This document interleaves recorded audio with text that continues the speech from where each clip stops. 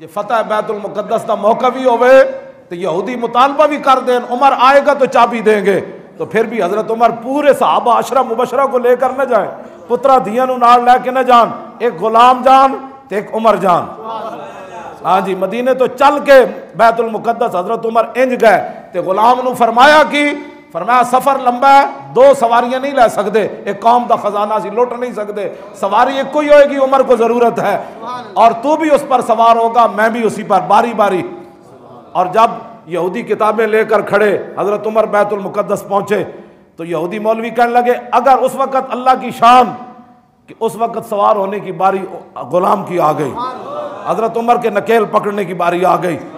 تو آپ نے یہ نہیں فرمایا یار ویکھتے صحیح تھوڑا جا خیر ہے عمر سوار ہو دے پتہ لگے عمر آ رہا، نہ انہوں نے پتہ سی اینج نہیں بات گل وچ ہو رہے۔ میں آکھا اقبال اور 10-36 لاکھ مربع میل دے حکمران ہومن تے شانہ اے عمر حضور فرمایا میرے بعد کوئی نبی ہوندا تے عمر ہوندے، عمر دے راستے تو ویکھ کے شیطان راہ تے نس پاوندے، عمر دی زبان تے حق بولدا ہے، اے ساریاں شانہ ہومن تے میں کہا اقبال غلام پھر سوار ہوئے تے عمر نکیل پھر پکڑ لوے، کیوں آیا؟ کہنے لگا تیری نگاہ ناز سے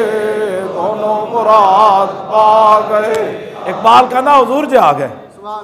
حضور آ گئے، غلام اونٹ پر سوار اور حضرت عمر نے نکیل پکڑی ہوئی، یہودی مولوی کھڑے، ان کے بڑے بڑے لوگ کھڑے، اور دیکھ کہنے لگے سنو بھائی جے اٹھو تے جڑا سوار ہے او عمر ہے تے چابی نہیں لبنی،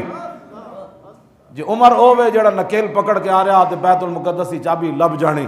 کیونکہ ساڑیاں کتاباں چے لکھیا نبی آخر الزمان دے غلام آن گے تے اس حالت جان گے، دیکھیے کس شان سے امت کا امام آتا ہے،